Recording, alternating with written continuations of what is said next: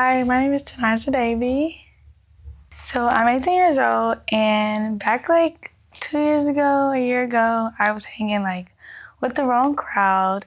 Every weekend, every day I was smoking, and like every Saturday, Friday, we would go out to parties, drink, and I always think like I'm having like a great time. But inside, I always knew deep down that it wasn't right. It wasn't something I wanted to do. My mom, she always just like, she stayed on us, she gave us the word, and she just influenced us every day, to draw closer to God and get to know Him. So I've been going to LifePoint for 2 years now, and just being here and hearing Pastor Mike's service, like every day, it's like I would feel so much guilt trip about it. And it was like, I want to change. Like, I want to do better for me every single day.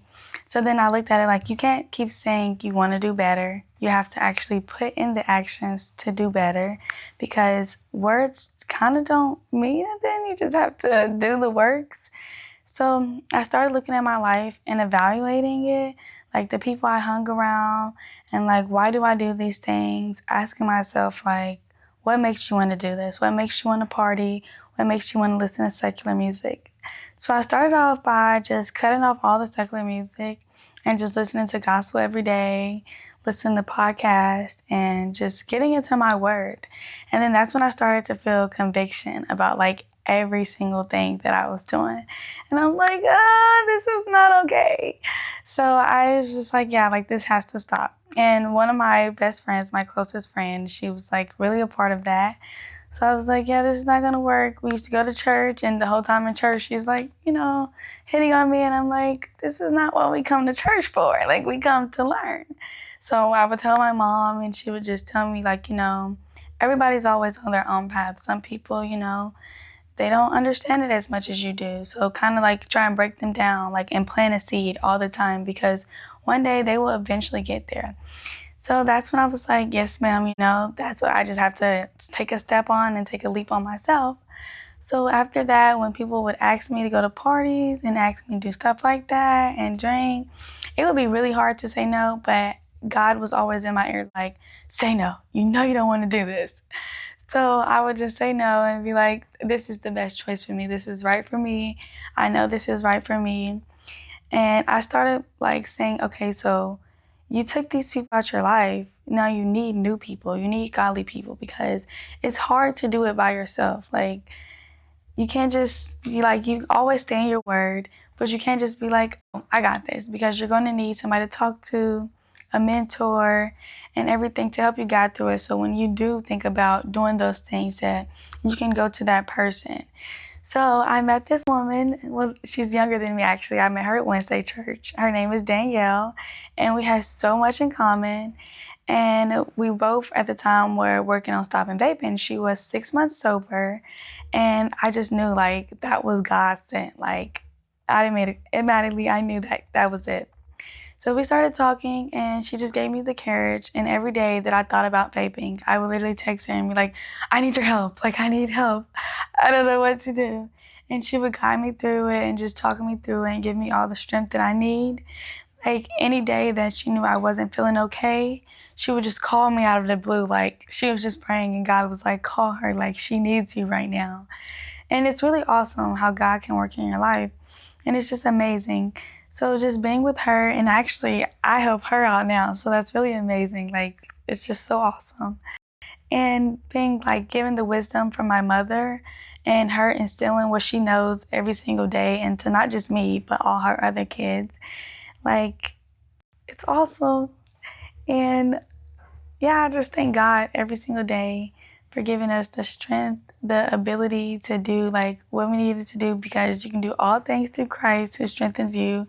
My auntie used to tell me that all the time since I was little. Like, she used to be like, don't say you can't, because you can do all things through Christ who strengthens you. And that kind of just stuck with me for the rest of my life. And then I also noticed myself saying a lot of things like, oh, I can't do this. Like, with my grades drowning in math class in school, I was struggling so much. And I'm like, this is going to be so hard. Like, how am I going to get this up? I can't do this. I don't understand it. And then my mom was like, the power of the tongue is everything. Whatever you say, you will believe and you shall receive. So I started looking at it like, you are going to pass. Like, you can do this. Like, you will understand this. Like, ask your teacher for help, because I was one of those. I was like, I don't know if I want to ask her. Like, I don't want to be embarrassed or anything. But in real life, the whole class needed help, which was an amazing thing that I spoke up and was like, hey, how do you do this? And how do you do that? And she just broke it down for us. And I'm actually passing my math class now, which is so great, because God can just do mysterious things in your life. And it's so awesome how he's working in my life and continue to work in my life and do everything that he does on a daily basis. And I've always just been really nervous with school. I'm actually going to college. I'm going to University of the Cumberlands. I never thought that I would be going to college my freshman year of high school. I actually got sent to alternative school for vaping. And I never thought that, I was like, I don't want to go back to school. I don't like school. I love alternative. It was like, the devil was just in my ear 24/7. And then with my mom, her discipling us and doing what she does, it was just like a battle every single day. And then we got a new principal. My junior year of me being an alternative, we had a new principal, and she was like, you have a bright future and you're just so amazing. You have to get out. You have to do this. So that's when I was like, that's time for me to take my next step in life, to do that, get out of alternative school and do better. So once I got out of alternative school, I had a very, very, very slick mouth. I kind of didn't want to listen to nobody and just wanted to do my own thing, because that's what I was used to doing for after so many years of being an alternative. So I just asked my mom, how do I do this? I didn't want to be at school. I wanted to get every single class changed that I did not like. I was like, I don't like her. I cannot do her. Instead of just saying, I can do this, compromise with each other, talk to each other, see why we were bumping heads. So my mom was just like, it's you. It's not the teachers, it's you. You have to communicate with them. You have to understand where they're coming from and solve the situation. Why are y'all having this? And what's going on? So I started looking at the bigger picture and just saying, hey, why are we having this issue? I don't understand. So I started looking at my mouth. Sometimes you just have to be quiet. Not everything deserves a response. You don't need to say, silence is always the best thing ever. Some things just don't need to be said. And that's what I learned, to just be silent, because that will get you through so much. Just being silent and just, being able and being capable to do that, because sometimes you never know what the teacher or they have going on through their life or what's going on with them. And they might just be saying that, or they might have a rough day. So sometimes instead of going back and forth and arguing, just be silent. And as me learning to be silent, I got through it, and I love all my teachers currently. We have a really close bond. And I am so grateful and beyond excited for that, because it's my senior year now, and I really love that. It's so exciting. And I'm just thankful every single day that I'm able to grow a bond with my teachers and grow close to them and just understand. So with me learning my mouth, I've always liked to be involved in everything. So I was like, if you want to be involved, you have to get involved. You have to stop being nervous. Yes, everybody aren't like you. Everybody isn't growing in where you're growing, but you can always plant a seed with them. If you say something like a Bible verse where you're talking, or correct them if they say, oh, I can't do this, because you can do all things through Christ who strengthens you. And just let them know that then you will get through it. I never thought I would go to college. And I put in my application and I got accepted, and it was a miracle. I was like, oh my gosh, this is really happening to me. You've done so much growth. You've prayed, you stayed in your Bible, and you do everything you do at the church, and just continue to love God and grow in God, because you can love God, but also not fear God. So it's a really awesome experience, because at one point I was living for a fake Jesus and just saying oh, I love God. Oh, I go to church on Sundays, but drinking on Saturdays, smoking every single day. Get out of church, go home, hit a vape and do that and this and that. And my mom, it was very disobedient of me, because she always said no vapes, no smoking, no any of that up in my house. And it was like a sneaking behind her back. And that's one of the 10 commandments that thou shalt obey the parents. And those were one that I wasn't following. And it's just like for me to be able to correct myself and allow God to do the works in my life is just like really great, awesome. And I'm just thankful because I never knew that this is where I would be today in life. I've always said, like every day I used to be like, oh, you're going to stop smoking when you go to college. You're going to stop smoking when you go to college. But then it's like, why are you trying to stop smoking when you go to college? It's not good for you. It's not healthy for you. It's not something that you need. And so I was like, you just have to put in the work to stop doing it.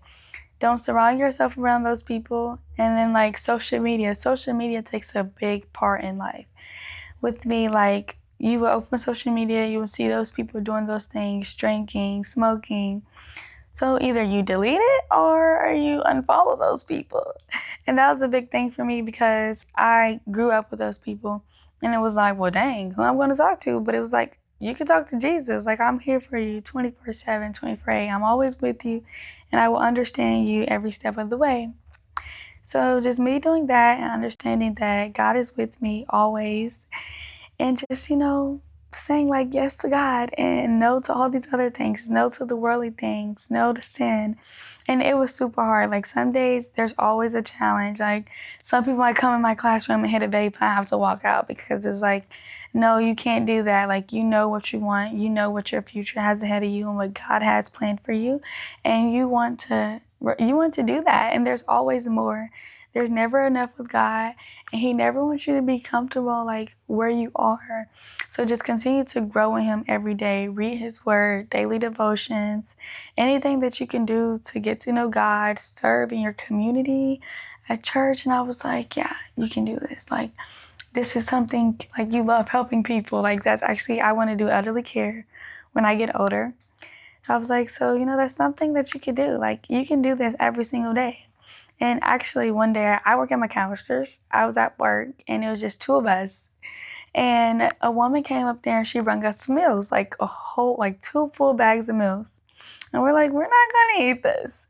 So I'm like, Mom, can we take this to the Salvation Army? Like this would be something great for them. Like they would love this. She's like, yeah, we can do that. We took it to the Salvation Army and we're making it our plan to give back to them, give them food every month, like so that they can enjoy it, because you never know what they're going through or what make them get in that situation. Because sometimes most people grow up on the church. Like I know for sure I grew up in the church and then I kind of just distanced my way away from it because I really didn't like enjoy it so much. And then as I got older, my mom got introduced to LifePoint. And I was just like, yeah, this is so great. Like, this will help me grow, And also, it's not just the church. It's the people up in the church, because a church is just a building. God's up in the building, of course. But you have to do the works. Like, you can go to church and just sit there. Like, that was me at one point. Just that Saturday, I would get drunk and just go to church and be like, yeah, I love God. But then the next day, do the same thing. So it's like, you're not really hearing the word.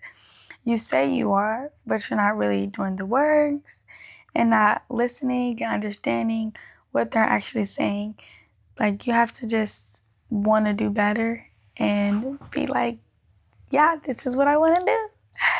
And over the years of life, of me just learning to grow in my relationship with God and want more of Him every single day, it's just a miracle. Like, it's so awesome because I never thought that I would be right here and doing what I am doing today on every single day life, walking in purpose, walking in faith, and learning that God doesn't give you the spirit of fear, but love, power, and a sound mind, and that He's just always there for you. He's with you 24/7, even if you feel alone.